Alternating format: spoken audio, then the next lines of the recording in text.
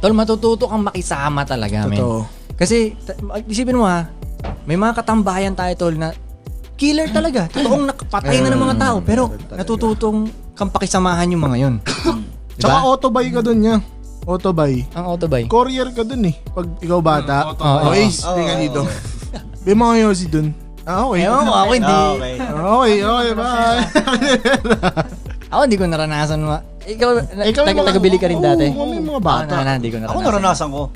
Saan? Sa mga kuya-kuya? Sa mga kuya-kuya, syempre. Lalo na pag hitman yung nakakainom mo. Katulad isang gabi, hitman talaga yung nakainuman ko. Isang gabi.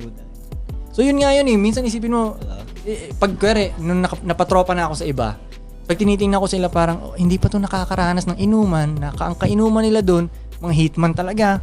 Di ba? Mga talagang pumapatay talaga yung iba, nagtatago. Tayo, normal lang sa atin yun eh. Hindi nga tayo.